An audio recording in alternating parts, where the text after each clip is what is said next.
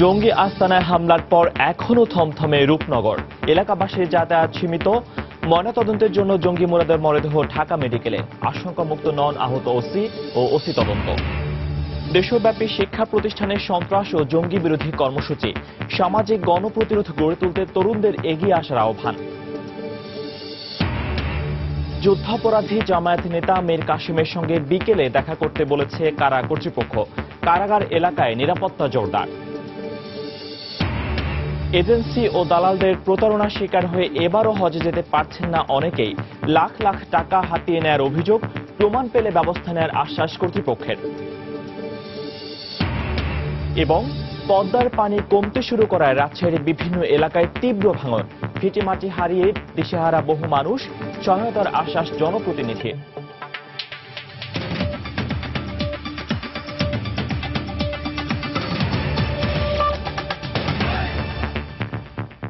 সময় সংবাদের সঙ্গে আছি আমি ফয়সাল মোর্শেদ। রাজধানীর মিরপুরের রূপনগরে জঙ্গি আস্তানায় গতরাতে পুলিশের অভিযানে 90 জেএমবির সামরিক শাখার প্রধান মুরাদ নিহত এবং 4 পুলিশ সদস্য আহত হয়েছেন। এখনও এলাকায় আতঙ্ক বিরাজ করছে। এলাকায় জনগণের যাতায়াত সীমিত রাখা হয়েছে। দর্শক, এই মুহূর্তে সেখানে আছেন রিপোর্টার দেবাশিস রায়। বিস্তারিত জানতে সরাসরি চলে যাচ্ছে তার কাছে। দেবাশিস। ফয়সাল, আপনি জানেন যে আসলে গতকালকে রাতে এই মিরপুরের এই রূপনগরের ঠিক এই যে গলিটির মুখে আমি দাঁড়িয়ে আছি, এই গলিরই 34 নম্বর বাসায় গুলশান এবং শোলাকিয়া হামলায় যে মূল প্রশিক্ষক হিসেবে দায়িত্ব পালন করছিলেন বা প্রশিক্ষকের ভূমিকা খুব জোরালোভাবে আইনশৃঙ্খলা রক্ষা বাহিনী পেয়েছিল, অর্থাৎ মেজর মুরাদ নামে যাকে শনাক্ত করা হয়েছিল, সে কিন্তু পুলিশের গুলিতে এখানে নিহত হয়েছে। এবং সেই ঘটনার পর থেকে গতকাল রাতের পর থেকে কিন্তু পুরো এলাকায় পুলিশের একটি কড়া নিরাপত্তা দিয়েই এখানে ঢেকে রাখা হয়েছে বা এলাকা নিরাপত্তা দেওয়া হচ্ছে। আমরা সকাল থেকে এখানে যে অবস্থাটি দেখেছি যে এই পুরো যে 33 নম্বর সড়কটি আপনারা দেখতে পাচ্ছেন, এই পুরো 33 নম্বর সড়কটি কিন্তু কার্যত বন্ধ রাখা হয়েছে। এবং এই 33 নম্বর সড়কের যে অন্যান্য বাসিন্দারা রয়েছেন, অন্যান্য ফ্ল্যাটের বাসিন্দারা যারা রয়েছেন, তারা কিন্তু বিকল্প আর একটি সড়ক ব্যবহার করতে আইনশৃঙ্খলা রক্ষা বাহিনী তাদেরকে পরামর্শ দিয়েছেন এবং তারা সেই মতোই ব্যবহার করছেন। এবং আমরা সকাল থেকে এখানে যারা আইনশৃঙ্খলা রক্ষায় বা এই এলাকার যারা দায়িত্বে রয়েছেন, বিশেষ করে রূপনগর থানা পুলিশ, তাদের সঙ্গে আমরা কথা বলেছিলাম যে তারা জানিয়েছেন যে এই এলাকায় বিশেষ করে গতকালকের জঙ্গি হামলার ঘটনায় বা গতকালকের জঙ্গি নিহতের ঘটনায় যে কোনো ধরনের অপ্রীতিকর পরিস্থিতি এড়াতে বা নিরাপত্তাজনিত কারণেই কিন্তু এখন পর্যন্ত এই এলাকায় যান চলাচল এমনকি মানুষের চলাচলও কিছুটা সীমিত রাখা হয়েছে। আর পাশাপাশি যদি আপনাদেরকে তথ্য জানাই যে গতকালকে রাতে যখন আইনশৃঙ্খলা রক্ষা বাহিনী আসলে তাকে এখানে ধরতে আসে, ঠিক সেই সময় কিন্তু আইনশৃঙ্খলা বাহিনীর সঙ্গে একটি গোলাগুলির ঘটনাও ঘটে। গোলাগুলির ঘটনার সময়, অর্থাৎ ওই সময় যে পুরো 6তলা ভবনের বিভিন্ন ফ্ল্যাটে যে বাসিন্দারা রয়েছিলেন, সেই বাসিন্দাদের কিন্তু এখন পর্যন্ত নিরাপত্তাজনিত কারণে তাদেরকেও বাইরে আসতে দেওয়া হয়নি। এবং আইনশৃঙ্খলা রক্ষা বাহিনীর পক্ষ থেকে বারবারই বলা হচ্ছে যে নিরাপত্তাজনিত কারণে এবং তদন্ত সংশ্লিষ্ট কারণে কিন্তু তাদেরকে এখনো বাইরে উন্মুক্ত করা হয়নি এবং তাদের চলাচল প্রয়োজন অনুযায়ী কিন্তু এখানে সীমিত করা হয়েছে এবং তাদের প্রয়োজন অনুযায়ী তাদেরকে বাইরে আসতে দেওয়া হচ্ছে, এমনটাই কিন্তু আমাদেরকে জানানো হয়েছে। পাশাপাশি আপনাদেরকে যদি জানাই যে গতকালকে ওই ঘটনার পর থেকে বিশেষ করে ওই 6 তলায় কিন্তু তদন্ত সংশ্লিষ্ট কাজে র্যাবের যে ইন্টেলিজেন্স শাখা, তাদেরও কিছু কর্মকর্তা এখানে এসেছেন, পরিদর্শন করেছেন। পাশাপাশি এখানে ঊর্ধ্বতন কর্মকর্তা বলতে গেলে তেমন কেউ আসেননি এখন পর্যন্ত, আমরা আমাদের চোখে পড়েনি। আর পাশাপাশি গোয়েন্দা সংস্থার লোকজন এখানে এই জায়গাটিতে রয়েছেন এবং তাদের তৎপরতা অব্যাহত রেখেছেন। আপাতত এই ছিল আমার কাছ থেকে রূপনগরের সর্বশেষ তথ্য। ফয়সাল। মিরপুরের রূপনগর থেকে ঘটনার সবশেষ খবর জানাতে আমাদের সাথে সরাসরি যোগ দিয়েছিলেন সহকর্মী দেবাশিস রায়।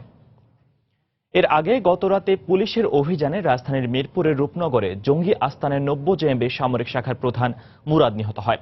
সে গুলশান ও শোলাকিয়ায় হামলাকারীদের প্রধান প্রশিক্ষক বলে জানায় পুলিশ। অভিযানে রূপনগর থানার ওসি শহীদ আলম, ওসি তদন্ত শাহিন ফকির সহ 4 জন আহত হন। পরে ওসি এবং ওসি তদন্তের অবস্থার অবনতি হলে ঢাকা মেডিকেল থেকে স্কয়ার হাসপাতালে স্থানান্তর করা হয় তাদের।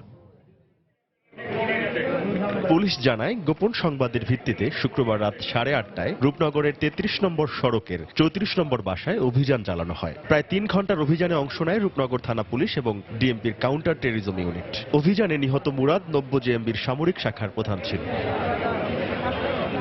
ঘটনাস্থল পরিদর্শনে এসে অতিরিক্ত পুলিশ মহাপরিদর্শক মুখলিসুর রহমান জানান, মুরাদের বিষয়ে আগে থেকেই তথ্য ছিল পুলিশের কাছে। সুনির্দিষ্ট পুলিশ ইন্টেলিজেন্সের উপর নির্ভর করে রূপনগর থানা পুলিশ এই অপারেশনটি পরিচালিত করে এবং যে বাড়িতে সে ছিল, সেই বাড়িতে সে আছে বলে জানতে পেয়ে পুলিশ এসেছিল এবং তার ঘরে ঢোকার চেষ্টা করছিল। এমন সময় সে ঘর থেকে বেরিয়ে আসার চেষ্টা করে এবং তার হাতে অস্ত্র ছিল।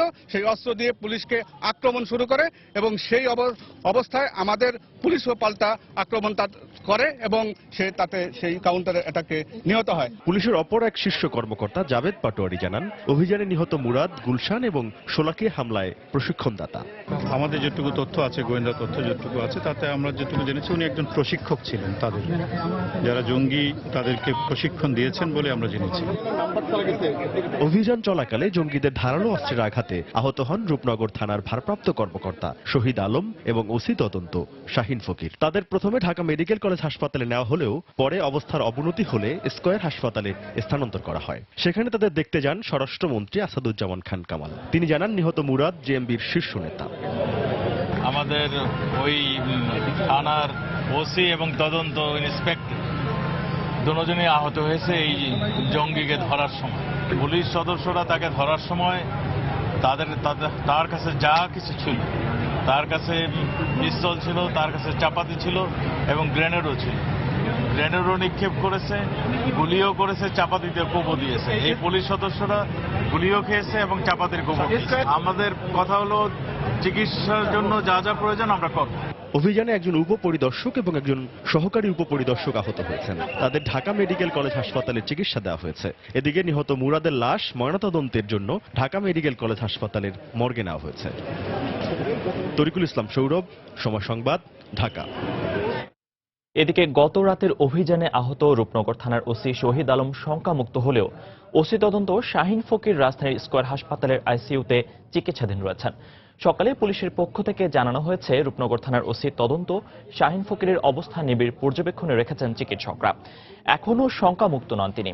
গতকাল রাতের অভিযানে জঙ্গিদের ধারালো অস্ত্রের আঘাতে আহত হন রূপনগর থানার ভারপ্রাপ্ত কর্মকর্তা শহীদ আলম ও ওসি তদন্ত শাহিন ফকির। পরে ঢাকা মেডিকেল কলেজ হাসপাতালে তাদের নেওয়া হয়। পরে অবস্থার অবনতি হলে উন্নত চিকিৎসার জন্য স্কয়ার হাসপাতালে নেওয়া হয় আহতদের। গতরাতের অভিযানে পুলিশের আরো 2 সদস্য, একজন উপপরিদর্শক ও একজন সহকারী উপপরিদর্শকও আহত হন।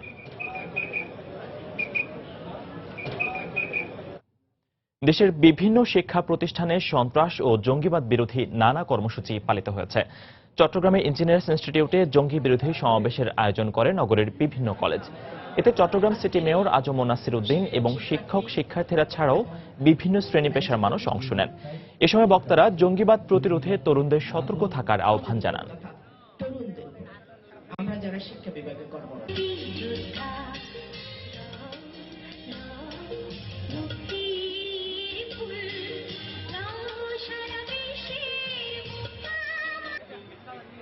জঙ্গিবাদ নির্মূলে চাই সম্মিলিত প্রয়াস প্রতিপাদ্যকে সামনে রেখে ফেনী সরকারি কলেজে মানববন্ধন অনুষ্ঠিত হয়েছে। এতে শিক্ষক সহ সহস্রাধিক শিক্ষার্থী অংশ নেন।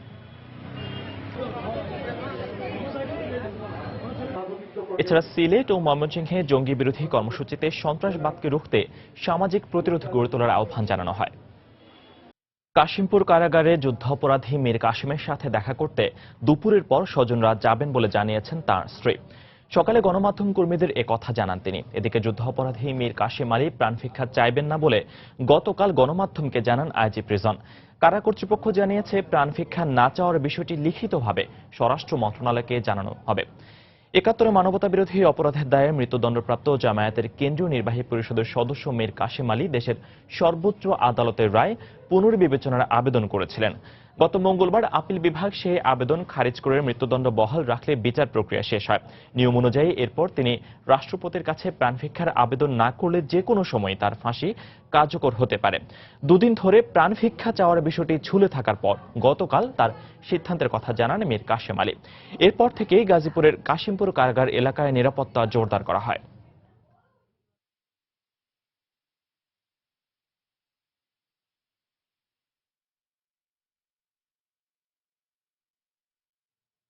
এই মুহূর্তে গাজীপুরের কাশিমপুর কারাগারের সামনে আছেন রিপোর্টার জুনায়েদ আল হাবিব। আমরা সরাসরি চলে যাচ্ছি সেখানে। জুনায়েদ। ফয়সাল যেমনটা বলছিলেন যে মানবতা বিরোধী অপরাধের মামলায় মৃত্যুদণ্ডপ্রাপ্ত জামায়াত নেতা মীর কাসেম আলী এই কাশিমপুর কারাগারে অবস্থান করছেন। আপনি জানেন যে গতকাল তার কাছে আসলে প্রাণ ভিক্ষার বিষয়ে জানতে চাওয়া হয়েছিল, যে তিনি তার সবশেষ যে সুযোগটুকু ছিল যে তার সারা জীবনের কৃতকর্মের বিষয়ে অনুতপ্ত হয়ে রাষ্ট্রপতির কাছে প্রাণ ভিক্ষার যে আবেদন, সে আবেদনের বিষয়ে তার কাছে জানতে চাওয়ার পর তিনি কিন্তু বলেছেন যে না, তিনি প্রাণ ভিক্ষা চাইবেন না। তো সেক্ষেত্রে আসলে তার ফাঁসি এখন কার্যকরের এখন আর কোনো কিন্তু বাধা নেই। কি কারা কর্তৃপক্ষ বা রাষ্ট্র যে কোনো সময় কিন্তু এখন তার ফাঁসি কার্যকর করতে পারে বলে অ্যাটর্নি জেনারেল যেমনটা জানিয়েছেন, আমরাও যেমনটা আসলে আইনে যেমনটা বলা হয়েছে। তো এছাড়া আজকে সকাল থেকে যে বিষয়গুলো আসলে আমরা এখানে এসে অবস্থান করে জানতে পেরেছি সেটি হচ্ছে যে কারা কর্তৃপক্ষ, কারা অধিদপ্তর ইতোমধ্যে মীর কাসেম আলীর যে পরিবার স্বজন রয়েছেন, যে স্বজনদেরকে ডেকেছেন তার সাথে সাক্ষাৎ করার জন্য। আমরা আসলে কারা অধিদপ্তর এবং তার মীর কাসেম আলীর পরিবারের সাথে কথা বলে এমনটাই জানতে পেরেছি, এবং দুপুর 3:30টার দিকে আসলে তাদের দেখা করার সময় দেওয়া হয়েছে বলে আমরা জানতে পেরেছি। এছাড়া এখানে আসলে আইন শৃঙ্খলা পরিস্থিতির কথা যদি বলি, আসলে খুব একটা যে আইন শৃঙ্খলা বা নিরাপত্তা ব্যবস্থা জোরদার করা হয়েছে তেমনটি বলা যায় না। তবে গত রাত থেকে যেমনটা ছিল যে এখানে কিন্তু পরপর 3টি ব্যারিকেড আসলে দেওয়া হয়েছে এবং মানুষের সাধারণের প্রবেশে কিছুটা কড়াকড়ি আরোপ করা হয়েছে। আর ফয়সাল, আরেকটি তথ্য আসলে আপনার সাথে যোগ করি, সেটি হচ্ছে যে এই কাশিমপুর কারাগারে আপনি জানেন যে এখানে 4টি আসলে কারাগার রয়েছে, কারাগার 1, 2 হাই সিকিউরিটি এবং হচ্ছে মহিলা কেন্দ্রীয় কারাগার যেটা, সেই কারাগারে। তো এখানে প্রতিদিনই কিন্তু অসংখ্য মানুষ তাদের যে স্বজনরা এখানে বন্দী রয়েছেন তাদের সাথে, কয়েদিদের সাথে দেখা করতে আসেন। তা আজকেও কিন্তু সকাল থেকে দেখা করছিলেন বলে আমরা জানতে পেরেছি। তবে কিছুক্ষণ আগ থেকে আমাদের কয়েকজন স্বজন আসলে এসে আমাদের কাছে অভিযোগ করেছেন যে আসলে তাদেরকে আজকে ভেতরে প্রবেশ করতে দেওয়া হচ্ছে না। তারা বলছেন যদি কারা কর্তৃপক্ষ বিষয়গুলো আগে জানিয়ে দিত, হয়তো অনেক দূর দূরান্ত থেকে তারা তাদের স্বজনদের সাথে দেখা করতে এসছেন, কিন্তু সেই বিষয়গুলো পাচ্ছেন না। তো সবকিছু মিলিয়ে ফয়সাল, যেটা বলা চলে যে আমরা যতটুকু ইতোমধ্যে মোটামুটি জানতে পেরেছি যে বিভিন্ন সূত্রের মাধ্যমে আজকে হয়তো মীর কাসেম আলীর ফাঁসির রায় যে রয়েছে সেই ফাঁসির রায় কার্যকর করা হতে পারে বলে আমরা জানতে পেরেছি। তো এরপরে আসলে নতুন কোনো তথ্য বা স্বজনরা যদি আসে, কি তথ্য পাওয়া যায়, সে বিষয়গুলো আসলে আমরা আপনাদেরকে পরবর্তীতে জানিয়ে দিতে পারবো। তো এই ছিল আপাতত ফয়সাল কাশিমপুর থেকে আমার হাতে সবশেষ খবর। ফয়সাল। গাজীপুরের কাশিমপুর কারাগারের সামনে থেকে সেখানকার সবশেষ খবর জানাতে আমাদের সাথে সরাসরি যোগ দিয়েছিলেন সহকর্মী জুনায়েদ আল হাবিব।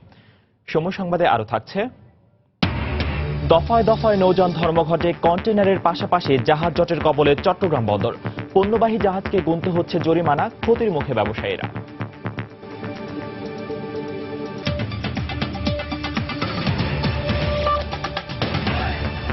দালাল কিংবা এজেন্সির প্রতারণায় এবছর হজে যেতে পারছেন না অনেক হজযাত্রী।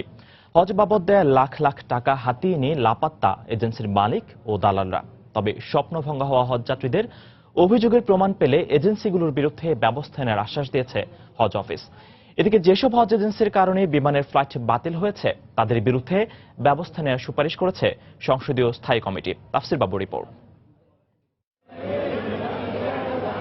নেত্রকোনার ৭৫ বছর বয়সী হজযাত্রী ইনসান আলী এজেন্সির মাধ্যমে শুক্রবার সন্ধ্যায় ফ্লাইটের কথা জানতে পেরে হজের সব প্রস্তুতি নিয়ে আসেন আশকোনার হজ ক্যাম্পে। কিন্তু ক্যাম্পে এসে জানতে পারেন এখনো তার ভিসাই হয়নি। খোঁজ নিয়েও হদিস পাননি এজেন্সির লোক কিংবা দালালের। যদি আপনারা বাহরে না দেন তা আমি এই জায়গায় মরবো, আমি বাইক যেতে পারতাম না। জায়গা হচ্ছে বাড়ির ভিসা বেচে টিয়া দিছি, তারা কান্দাকুটি করে তবু রাজি হয়ে দিছে।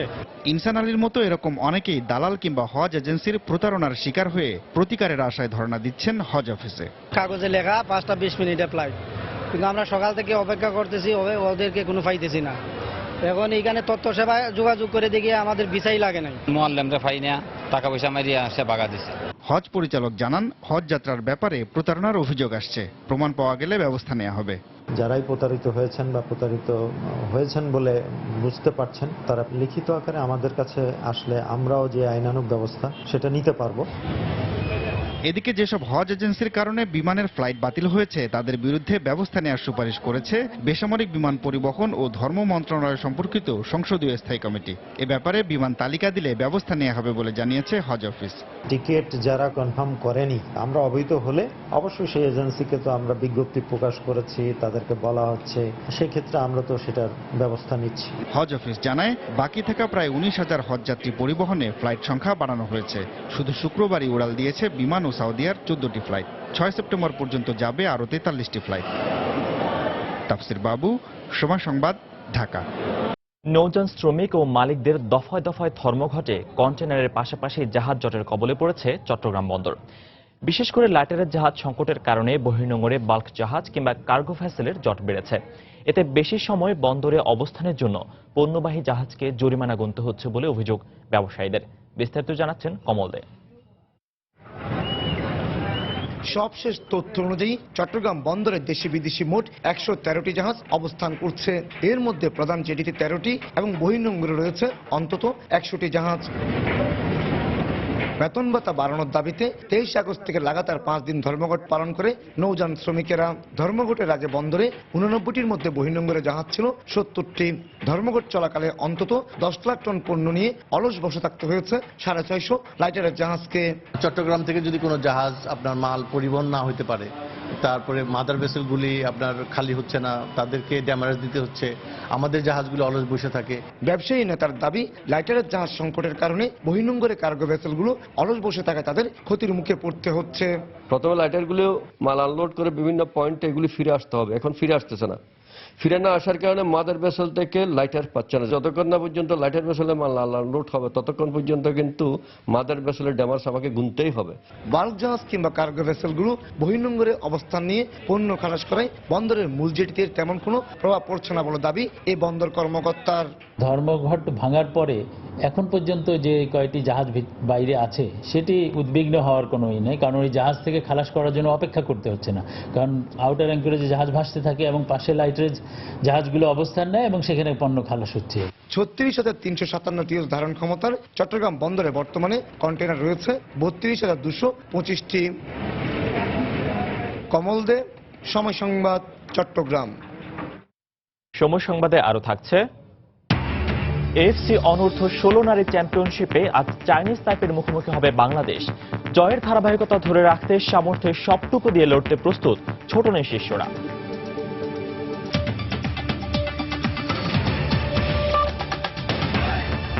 আরএফএল ওয়াটার পাম্প, পানি দেবে টেনশন নয়।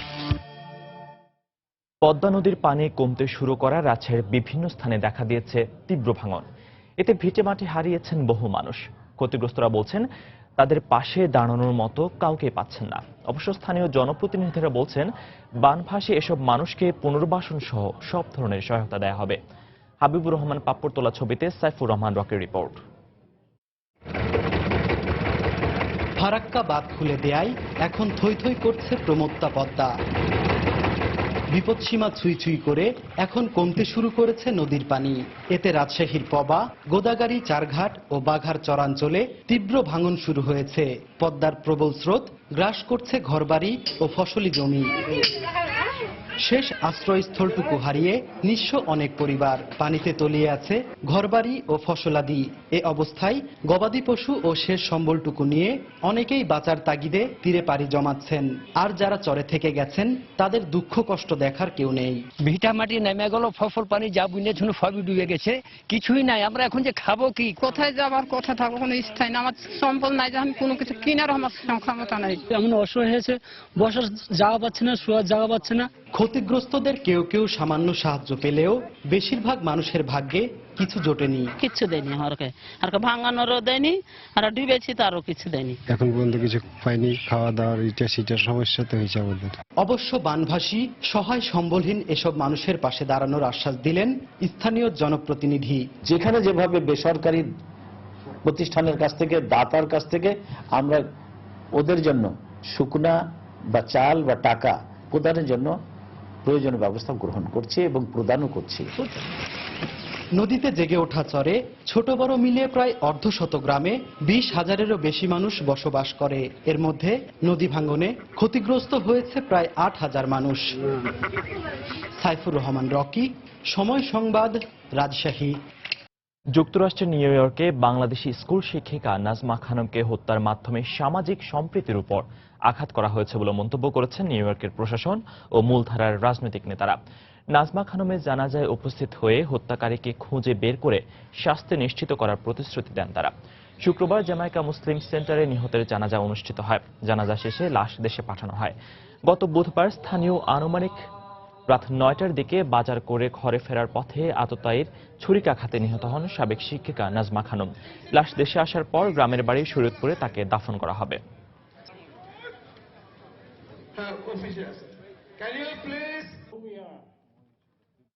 দেখছেন সময় সংবাদ।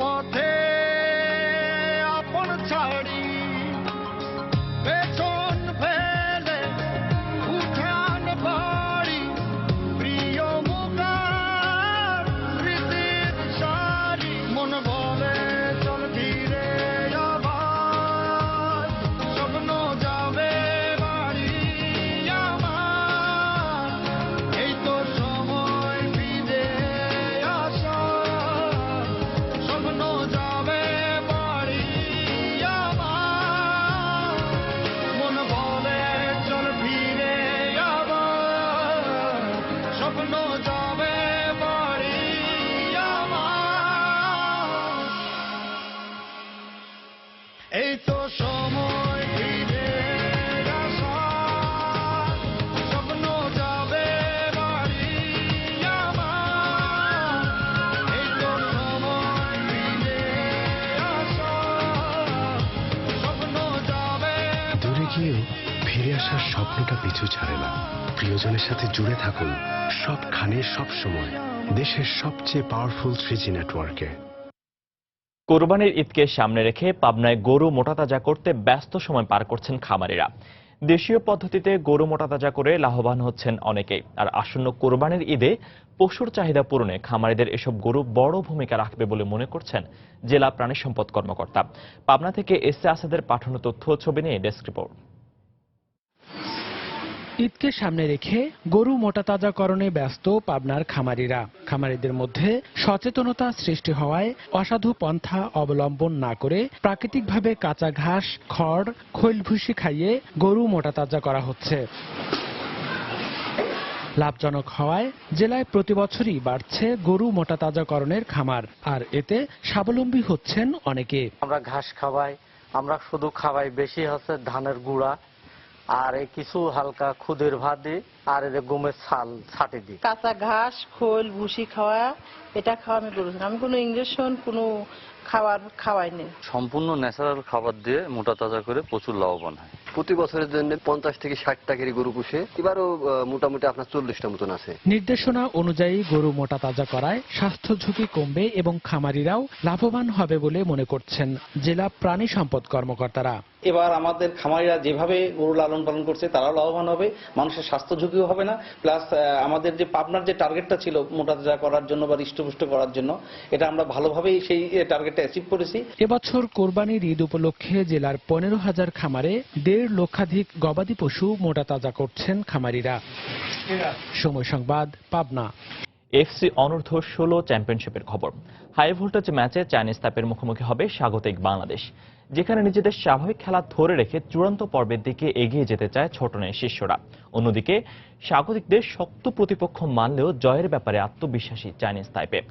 বঙ্গবন্ধু জাতীয় স্টেডিয়ামে ম্যাচটি শুরু হবে আজ সন্ধ্যে 6টায়। এখনো পর্যন্ত দুবার অংশ নিলেও বাছাই পর্বের গণ্ডি পেরোতে পারেনি বাংলাদেশ। তবে এবার ভিন্ন কিছুরই ইঙ্গিত দিয়েছে স্বাগতিকরা। প্রথম 3 ম্যাচের সবগুলোতেই জয় তুলে নিয়ে সম্ভাবনা জাগিয়ে তুলেছে চূড়ান্ত পর্বে খেলার। যদিও চাইনিজ তাইপের তুলনায় গোল ব্যবধানে পিছিয়ে আছে কৃষ্ণা রানীরা। অন্যদিকে এফসির এই বয়সভিত্তিক আসরে দুবার খেলার অভিজ্ঞতা আছে সফরকারীদের। তাছাড়া প্রত্যেক ম্যাচে নিজেদের সামর্থ্যের প্রমাণ দিয়েছে চাইনিজ তাইপে। তাই এই ম্যাচে জয় ভিন্ন কিছুই ভাবছেন না জান নিজিনের শিষ্যরা।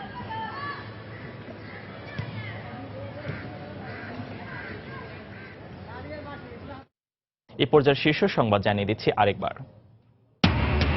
জঙ্গি আস্তানায় হামলার পর এখনো থমথমে রূপনগর। এলাকাবাসীর যাতায়াত সীমিত। ময়নাতদন্তের জন্য জঙ্গি মুরাদের মরদেহ ঢাকা মেডিকেলে। আশঙ্কামুক্ত নন আহত ওসি ও ওসি তদন্ত। দেশব্যাপী শিক্ষা প্রতিষ্ঠানে সন্ত্রাস ও জঙ্গি বিরোধী কর্মসূচি। সামাজিক গণপ্রতিরোধ গড়ে তুলতে তরুণদের এগিয়ে আসার আহ্বান। যুদ্ধাপরাধী জামায়াত নেতা মীর কাসেমের সঙ্গে বিকেলে স্বজনদের দেখা করতে বলেছে কারা কর্তৃপক্ষ। কারাগার এলাকায় নিরাপত্তা জোরদার। এজেন্সি ও দালালদের প্রতারণার শিকার হয়ে এবারও হজে যেতে পারছেন না অনেকেই। লাখ লাখ টাকা হাতিয়ে নেওয়ার অভিযোগ, প্রমাণ পেলে ব্যবস্থা নেওয়ার আশ্বাস কর্তৃপক্ষের। এবং পদ্মার পানি কমতে শুরু করায় রাজশাহীর বিভিন্ন এলাকায় তীব্র ভাঙন। হিটে মাটি হারিয়ে দিশেহারা বহু মানুষ, সহায়তার আশ্বাস জনপ্রতিনিধির। এই ছিল এখনকার মতো। যে কোনো খবর পেতে ভিজিট করুন সময়নিউজ.tv। যে কোনো বাংলা লিংক, রবি ও সিটিসেল নম্বর থেকে সময় সংবাদের খবর, অনুষ্ঠান সম্পর্কে জানতে এবং যে কোনো তথ্য সময় সংবাদকে জানাতে ডায়াল করুন 16242 নম্বরে। এছাড়া এইমাত্র পাওয়া খবর মোবাইলে পেতে SMS করুন *SN লিখে পাঠিয়ে দিন 16242 নম্বরে। সঙ্গে থাকুন সময়।